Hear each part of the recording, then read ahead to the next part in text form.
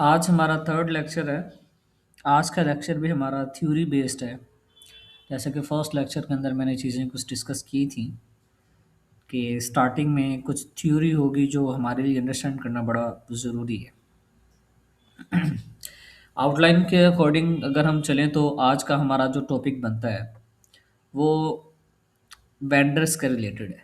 आज हम इंशाल्लाह वेंडर्स को अंडरस्टैंड करेंगे कि बेसिकली ये क्या है, इनके साथ हम किस तरह से काम कर सकते हैं एज ए फ्रीलांसर मार्केट के अंदर रहते हुए।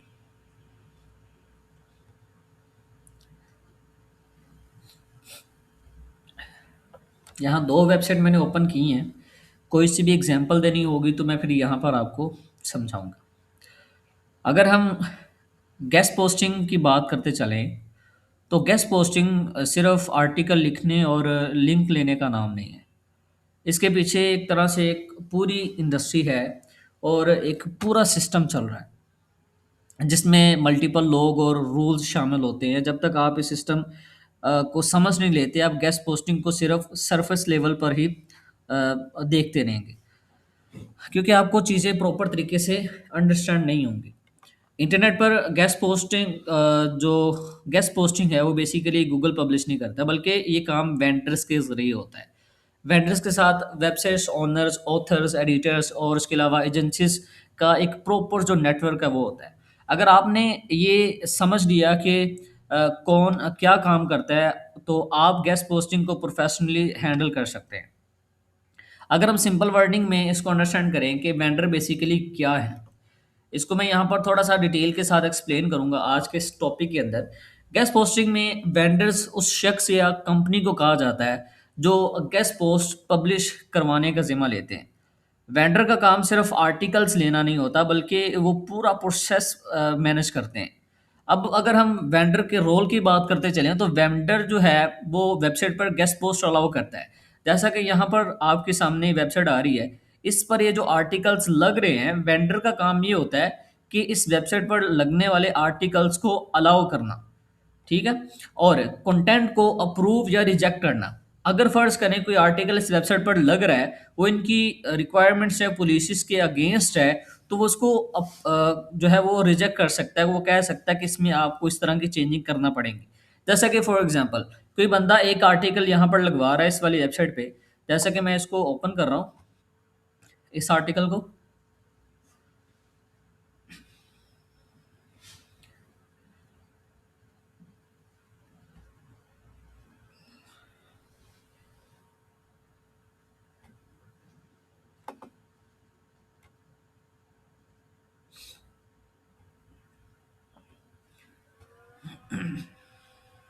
जैसा कि यहाँ पर हमने इस वाले आर्टिकल को ओपन किया।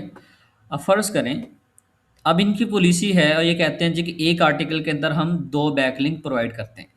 जैसे कि फ़र्ज़ करें एक लिंक आ गया और इसी तरह कहते हैं 2 लिंक हम लगा कर देते हैं। अगर जिसने आर्टिकल सेंड किया होगा उसके अंदर अगर 3 बैकलिंक लगाए गए, ये एक वेबसाइट है, वो कसिनो के रिलेटेड कंटेंट एक्सेप्ट नहीं करती, गेमलिंग के रिलेटेड अप्रूवल वो नहीं देते, या वो सेक्सुअल कंटेंट को अप्रूव नहीं करते, वो रिजेक्ट कर देते हैं। अगर कैसे वर्ड्स भी ऐड किए गए हैं तो उसको अप्रूव जो है वो रिजेक्ट करते हैं और कहते हैं कि हमारी पॉलिसीज के अगेंस्ट हैं। तो जो बेसिकली वेंडर होता है, जो वेबसाइट पर वर्क कर रहा होता है, मैनेज कर रहा होता है उसको, तो वो हर एक चीज़ को मद्देनज़र रखते हुए ओवरऑल कंटेंट को चेक करता है कि इसके अंदर अगर हमारी पॉलिसी 2 लिंक की है तो इसके अंदर कितने लिंक लगाए गए हैं। अगर इसके अंदर हमने इस चीज़ से मना किया है कि कसिनो, गैम्बलिंग जैसे वर्ड्स या लिंक्स वगैरह नहीं होने चाहिए, अगर उसके अंदर है तो भी वो रिजेक्ट कर देगा। मतलब कि ओवरऑल उसने चेक करना होता है, इसको अप्रूवल देना होता है। उसके बाद पब्लिशिंग का जो टाइम है वो उसने डिसाइड करना होता है, और जब आप लोग इनसे डील करते हैं तो ओवरऑल ये सारी चीज़ें आपके साथ शेयर भी की जाती है कि पब्लिशिंग का जो टाइम वो क्या है। ठीक है, मतलब आपकी इन लोगों के साथ डील होती है और ये कहते हैं जी कि हम आपका जो आर्टिकल है वो 1 दिन के अंदर लगाएँगे, 2 दिन के अंदर लगाएँगे या 3 दिन के अंदर लगा देंगे। जितनी ज़्यादा बड़ी वेबसाइट होगी, प्रीमियम वेबसाइट होगी, टाइम भी उतना ज़्यादा होगा। जैसे कि फोर्ब्स हो गया, न्यूयॉर्क होगी, उसके अलावा टेकक्रंच जैसी जो साइट्स हैं, इन पर मोस्टली टाइम 1 वीक से लेके 1 मंथ तक भी लग जाता है, और बस अगर नंबर आते हैं तो 2 मंथ भी गुजर जाते हैं। तो ये बेसिकली काफ़ी लेंथी प्रोसेस हो जाता है। उसके बाद क्लाइंट से पेमेंट वगैरह लेना, ये सारे का सारा काम वेंडर का होता है। आगे कई केसेस में वेंडर खुद वेबसाइट के ओनर होते हैं, ठीक है? मतलब हम एक मार्केट बेसिकली बनी हुई है गेस्ट पोस्ट की, तो इसमें हर उस पर्सन को वेंडर कहा जाता है जो कि बेसिकली जो गेस्ट पोस्ट की या ब्लॉग्स की साइट्स होती हैं उन पर कंटेंट आर्टिकल्स वगैरह वो डाल रहे होते हैं या उसको मैनेज कर रहे होते हैं।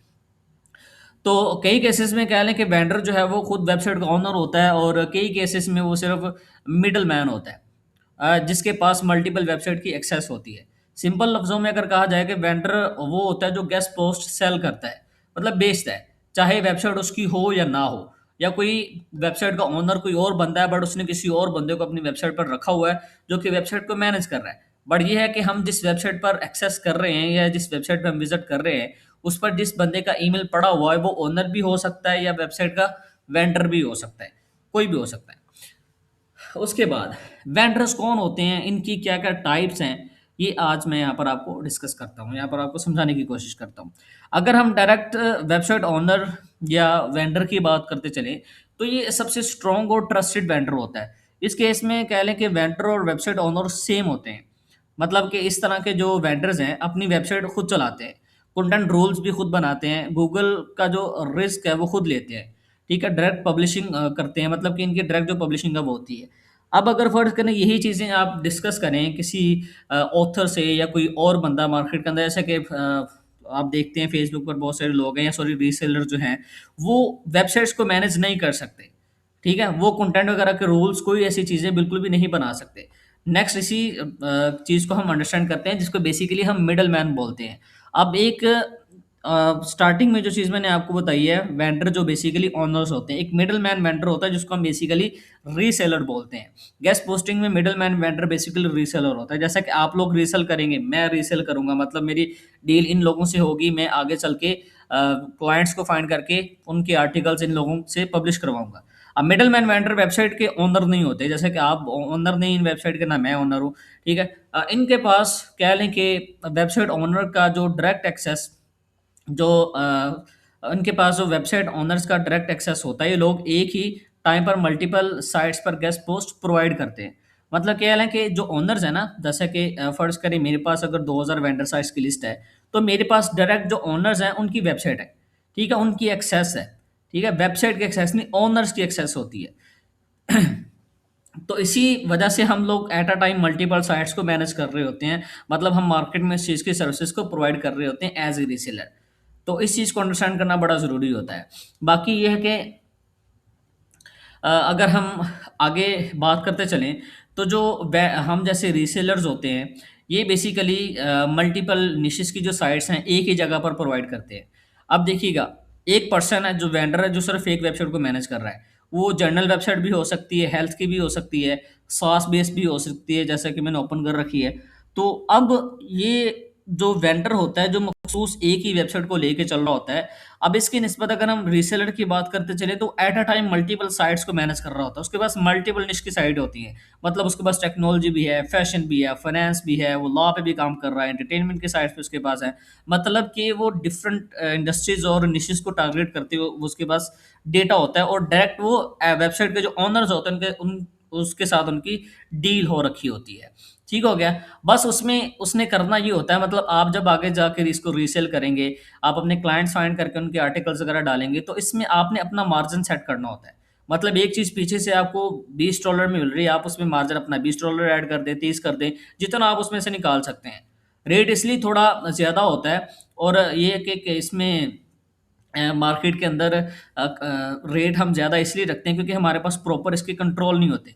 अगर तो हमारी अपनी ज़ाती वेबसाइट हो तो चलो हम एक जो चीज़ हम खुद एज़ ए रीसेलर मार्केट के अंदर $100 की सेल कर रहे हैं, वही हम फिर डिस्काउंट करके 50 में भी सेल कर सकते हैं। बट हम एज़ ए रीसेलर काम कर रहे हैं तो हमारे रेट थोड़े से ज़्यादा न होने, ज़ाहिर-सी बात, हमने अपना मार्जिन और अपना प्रॉफिट भी इसी में से निकालना होता है। आगे नेक्स्ट जो चीज़ इसके अंदर आती है वो बेसिकली है एजेंसीज़ जो एज़ ए वेंडर मार्केट के अंदर काम करती हैं। एजेंसीज़ गेस्ट पोस्टिंग को सर्विस के तौर पर सेल करती हैं। ठीक है? जो एजेंसीज़ होती हैं, आगे चल के हम एजेंसीज़ को भी डिस्कस करेंगे मार्केटिंग वाले सेशन में। वो क्लाइंट से कह लें कि प्रोजेक्ट लेती हैं और फिर वेंडर्स या वेबसाइट जो ओनर से गेस्ट पोस्ट बाय करती हैं। और इसके अंदर जो रीसेलर्स हैं वो भी आ जाते हैं। ठीक है? जो रीसेलर्स होते हैं वो भी आ जाते हैं। एजेंसी जो बेसिकली काम पीछे से पकड़ती हैं, वो खुद नहीं होती, वो आगे आप जैसे लोगों से या डायरेक्ट वेंडर से बहुत कम चांसेस होते हैं। तो उनसे वो बाय कर लेते हैं गेस्ट पोस्ट।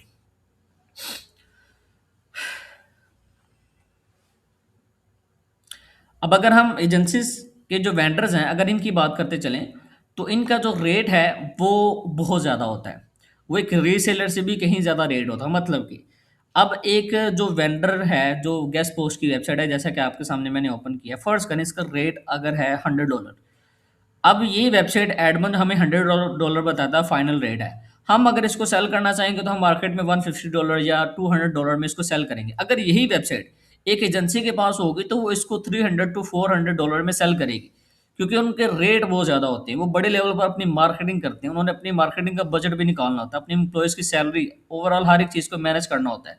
और वैसे भी वो ट्रस्टेड एजेंसीज होती हैं, तो जो भी इनके पास क्लाइंट्स आते हैं वो बड़े लेवल पर उनके प्रोजेक्ट्स होते हैं, बड़े लेवल पर वो अपनी सर्विसेज प्रोवाइड कर रहे होते हैं या उन्हें अपनी मार्केटिंग करवानी होती है, सो उनके बजट बहुत ज़्यादा होते हैं।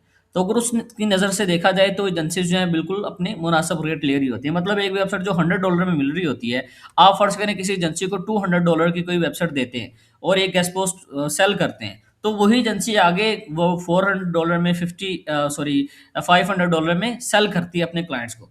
तो ये बेसिकली इस तरह से सारे का सारा जो सिस्टम है वो चलता है मार्केट के अंदर। नेक्स्ट हम आगे इसको थोड़ा सा मज़ीद डिस्कस कर लेते हैं कि ऑथर बेसिकली कौन होते हैं। ठीक है, ऑथर कौन लोग हैं और ये बेसिकली करते क्या क्या है। ऑथर सीधे लफ्ज़ों में अगर मैं कहूँ तो ऑथर वो होते हैं जो आर्टिकल्स लिखते हैं, लेकिन गेस्ट पोस्टिंग में हर ऑथर एक्सपर्ट नहीं होता आज के टाइम में। ख़ास तौर पे जैसे कि बहुत सारे ऐसे लोग हैं वो क्या करते हैं, डिफरेंट साइट्स जो वेंडर साइट्स होती हैं, वेबसाइट्स के ओनर्स होते हैं, उन लोगों के साथ वो डील्स कर लेते हैं, कहते हैं जी कि हमने आपकी आपकी वेबसाइट पे आर्टिकल्स या कंटेंट वगैरह डालने हैं। ऑथर के जो मीनिंग है वो और है, बट हमारे यहाँ पाकिस्तान के अंदर, इंडिया के अंदर ओवरऑल जो कंसेप्ट बना हुआ है ऑथर, उसको बोलते हैं जी कि वेबसाइट के इसके पास ऑथर एक्सेस है, मतलब कि राइटर है, वहाँ पर लगा सकता है, कुछ भी कर सकता है, आर्टिकल लिख के लगाता है। तो हमारे यहाँ ये है कि वो आर्टिकल आप पकड़ता है, पीछे से पकड़ के वो उस वेबसाइट पे डाल देता है। बेसिकली सीधे लफ्ज़ों में कहा जाए तो जो ऑथर है उसका मेन और इम्पोर्टेंट कह लें कि जो इसके अंदर रोल होता है, अ, वो एज़ ए खुद मतलब उस वो कंटेंट को लिखना, राइट करना और राइट करके वेबसाइट पे पब्लिश करना, ये इसका काम होता है। और सीधे लफ्ज़ों में कहा जाए तो ऑथर की ज़िम्मेदारी होती है जिसको वेबसाइट सौंपी जाती है, वो टॉपिक को डिटेल के साथ रिसर्च करता है और ऐसा तरीके के साथ उसने उसी टॉपिक पर आर्टिकल को राइट करना होता है। ठीक है, इन्फॉर्मेशन को रीडेबल बनाना होता है जो यूज़र्स वेबसाइट पे विज़िट करते हैं, और गूगल की पॉलिसीज़ के अकॉर्डिंग सारी चीज़ें होती हैं। 2026 में ऑथर का जो रोल बहुत इंपॉर्टेंट हो गया है, क्योंकि गूगल जो है ऑथर की क्रेडिबिलिटी देखता है। राइटिंग का स्टाइल एनालाइज़ करता है प्रॉपर तरीके के साथ कि किस तरह से लिख रहा है। फेक और लो क्वालिटी जो कंटेंट है उसको डिटेक्ट करता है कि आया कि ये कोई कॉपी पेस्ट तो चीज़ें नहीं डिलीवर कर रहा और जो मेरे यूज़र के लिए बेनिफिशियल हैं कि नहीं है। ये सारी की सारी चीज़ें अंडरस्टैंड होना बड़ा ज़रूरी होता है। बाकी अगर हम ऑथर की बात करते चलें तो ऑथर जो है वो वेबसाइट का ओनर खुद भी हो सकता है। ठीक है, फ्रीलांस राइटर भी हो सकता है, जैसे कि आप लोग एज ए फ्रीलांसर काम कर रहे हैं। एजेंसी का राइटर भी हो सकता है। ठीक है, उसके अलावा आज के टाइम में एआई जो बहुत सारे कह लें कि बॉट्स हैं वो भी हो सकते हैं, उनमें से कोई भी हो सकता है। बट ये है कि वेबसाइट पे एक्सेस होती है, वेबसाइट तक ऑथर्स की एक्सेस होती है, वो किसी भी टाइम आर्टिकल्स राइट करके डाल सकते हैं किसी भी तरह से। बट ये है कि जो ओनर ने अगर रिक्वायरमेंट सेट कर रखी हैं तो उसके अकॉर्डिंग ही आर्टिकल्स डलेगा।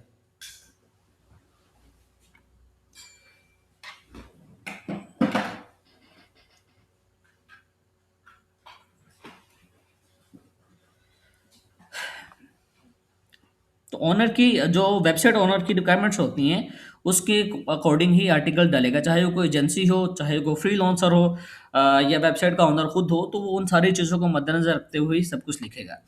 आगे गेस्ट पोस्टिंग का कह लें कि जो कंप्लीट एक वर्किंग सिस्टम है, ठीक है, प्रोसेस जो है वो इस तरह से काम करता है कि क्लाइंट्स रिक्वायरमेंट बताता है, वेंडर वेबसाइट सजेस्ट करता है, ठीक है, ऑथर कंटेंट लिखता है, एडिटर जो है कंटेंट चेक करता है, जो वेबसाइट ओनर है अप्रूवल देता है, आर्टिकल पब्लिश होता है लेकिन लाइव जो लिंक है वो लाइव हो जाता है, उसके अलावा पेमेंट कंप्लीट हो जाती है। तो बेसिकली ये क्या है, एक गेस्ट पोस्टिंग का सिनेरियो सिंपल वर्डिंग में अगर मैं इसको समझाऊं तो जब हम काम करते हैं, ये जो साइट्स हमारे सामने आ रही हैं, जैसे कि ये सारी की सारी गेस्ट पोस्ट और वेंडर वेबसाइट है जिन पर आर्टिकल्स कंटेंट डाला जाता है इस तरह से। तो बेसिकली जब हम आगे क्लाइंट्स को फाइंड करते हैं, क्लाइंट्स हमारे पास आते हैं, डिफरेंट उनकी रिक्वायरमेंट्स होती हैं।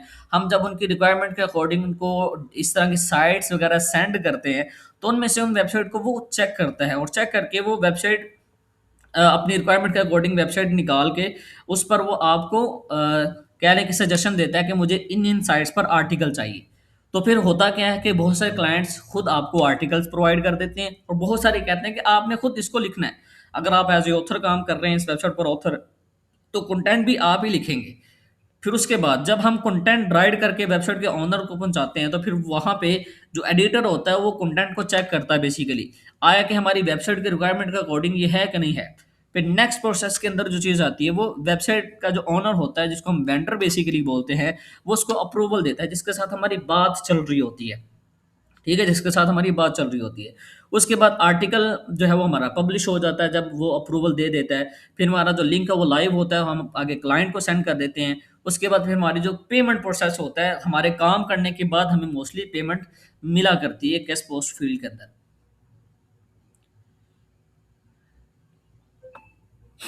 उसके बाद नेक्स्ट अगर हम बात करते चलें तो रेट का जो सिस्टम है वो क्या होता है।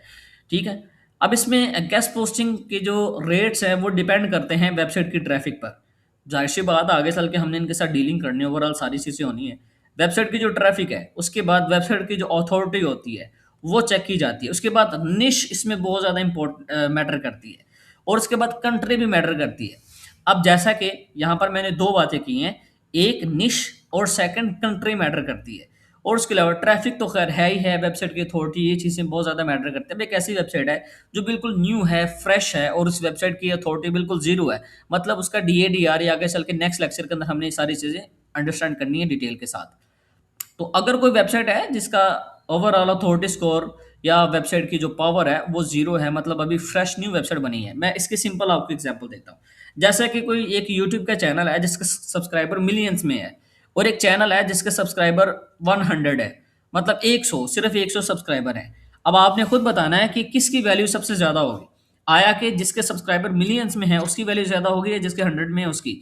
तो जाहिर सी बात है जिसके फॉलोअर मिलियंस के अंदर है या सब्सक्राइबर मिलियंस में है उसकी वैल्यू ज़्यादा होगी, उसकी जो प्राइस है वो भी ऑटोमेटिकली ज़्यादा होगी, वो ज़्यादा चार्ज करेगा।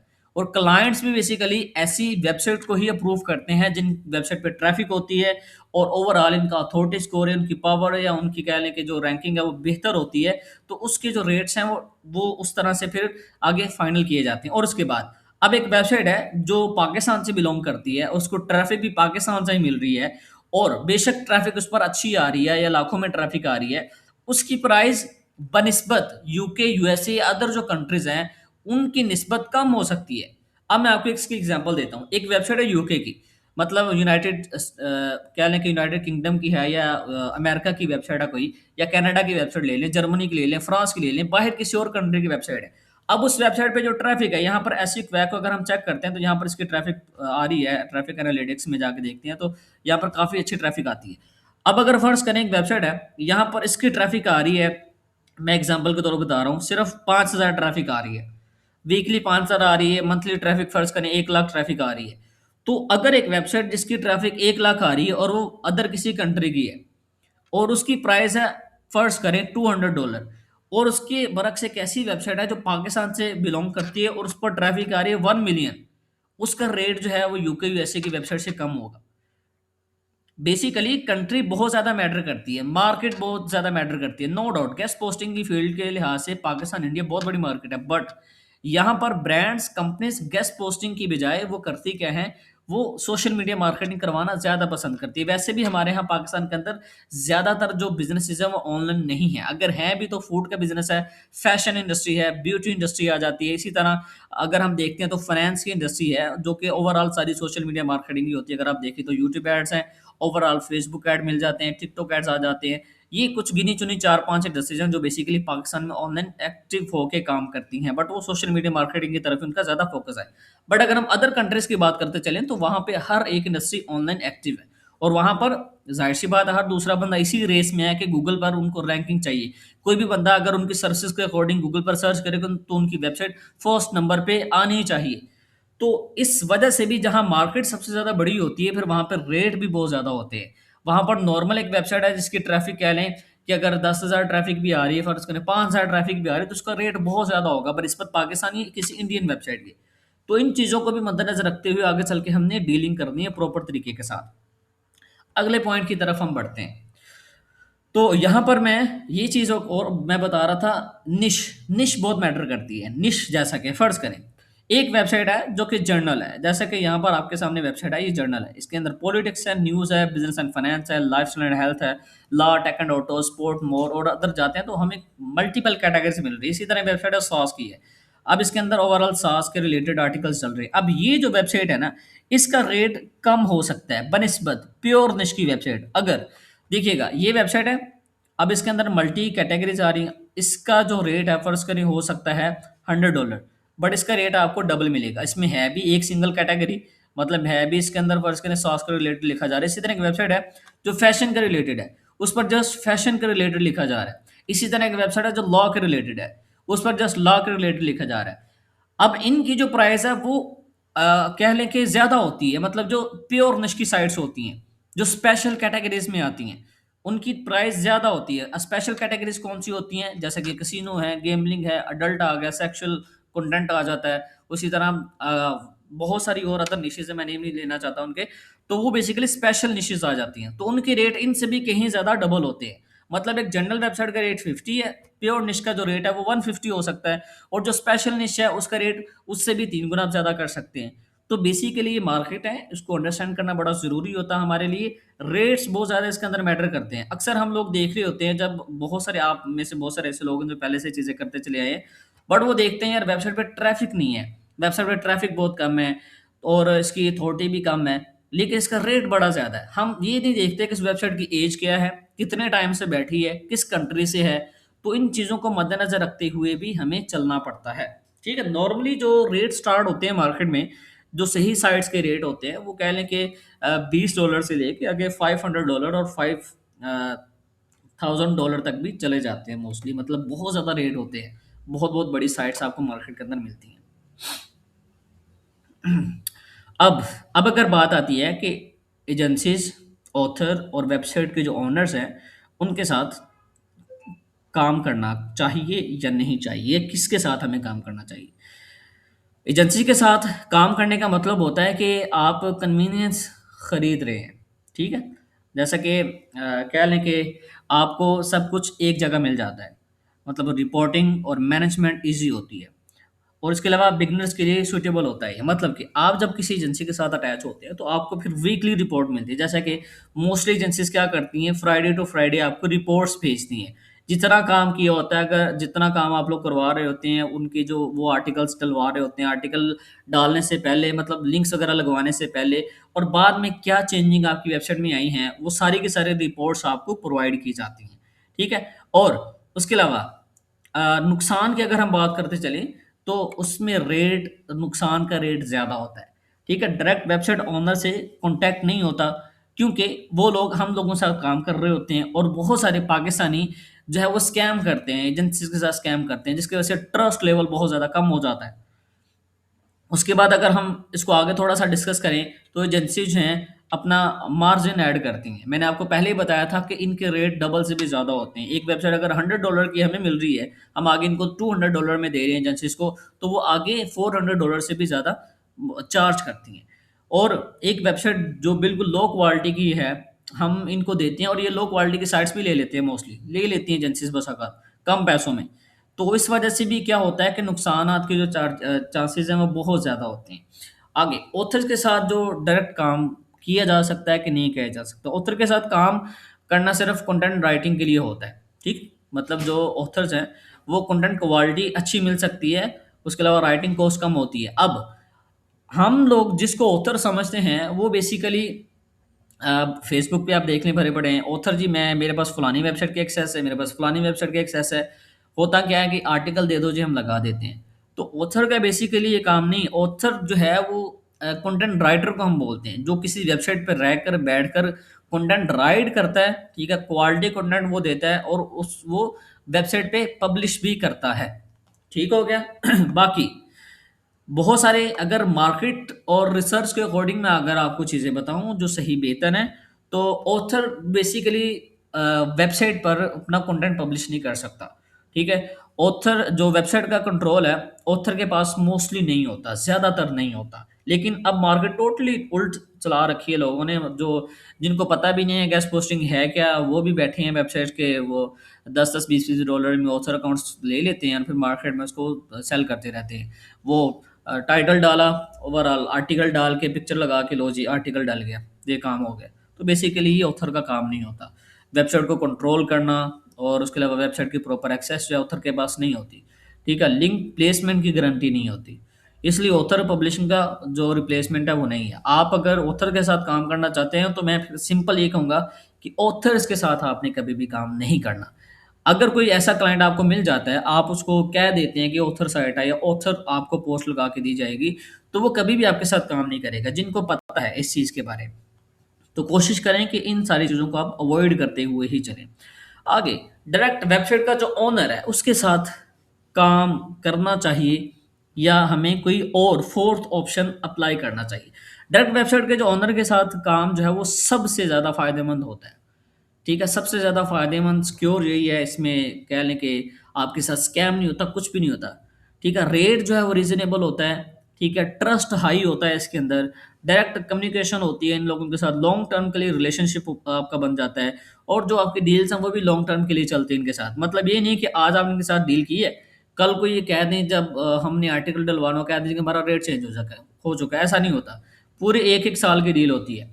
पूरे 1 साल तक की डील इनके साथ की जाती है। पूरे साल के अंदर किसी भी टाइम हमें अगर हमने आर्टिकल पब्लिश करवाना तो सेम रेट में पब्लिश होगा। क्योंकि मोस्टली जो रेट्स चेंज होते हैं वो दिसंबर के लास्ट में चेंज होते हैं रेट्स। और तब चेंज किए जाते हैं जब गूगल की तरफ से पॉलिसी आती है। और वेबसाइट्स की रैंकिंग पे डिपेंड करता है उस टाइम उनकी वेबसाइट की रैंकिंग किस तरह से चल रही है, और फिर वो अपने रेट कम या ज़्यादा करते हैं। अगर उनको रैंकिंग में और ज़्यादा इम्प्रूवमेंट आती है, गूगल की तरफ से मिल जाती है, तो रेट्स उनके बढ़ जाते हैं। अगर वेबसाइट उनकी नीचे डाउन जाती है तो उनके रेट्स मज़ीद कम हो जाते हैं। तो इसलिए हर 1 साल के बाद दोबारा से डीलिंग इनके साथ की जाती है। उसके बाद अगर हम फीचर्ड गेस्ट पोस्ट की बात करते चलें तो वो इन लोगों से ईज़िली मिल जाती है, क्योंकि हमारी डायरेक्ट इन लोगों से बात होती है। बाकी वेबसाइट के ओनर के बारे में ऑलरेडी मैं आपको बता चुका हूँ कि वेबसाइट ओनर बेसिकली जो वेबसाइट का मालिक है वो होता है। ठीक है। गूगल पेनल्टी का रिस्क लेते हैं यही लोग। ठीक है। फाइनल डिसीजन उसका होता है। अगर फर्स्ट करें लिंक्स रिमूव भी हो जाते हैं तो ये लोग दोबारा उन लिंक्स को लगा देते हैं। ठीक है। इसलिए जो ट्रस्ट है सबसे ज़्यादा वेबसाइट ओनर पर किया जा सकता है। ऑथर्स के साथ जो कहते हैं हम फलानी वेबसाइट पे कंटेंट डाल देंगे, फलानी पे डाल देंगे, उनके साथ काम करने का नुकसान एक ज़्यादा ये होता है कि पेमेंट्स वो हम लोगों से ले लेते हैं, कंटेंट डलवा देते हैं। और ये होता है कि जब हम आर्टिकल को क्लाइंट को सेंड कर देते हैं, फिर ये कि एक आध दिन के बाद वो लिंक रिमूव हो जाता है। क्यों? क्योंकि पाकिस्तानी ऐसे हैं, कह लें कि ये इतना ज़्यादा हराम खाते हैं, वो पेमेंट्स से आगे वेंडर्स को सेंड ही नहीं करते। फिर ये होता है कि वो वेंडर बार-बार इनको मैसेज करता रहता है, ये रिप्लाई नहीं करते, फिर इसके चलते वो लिंक्स रिमूव हो जाते हैं।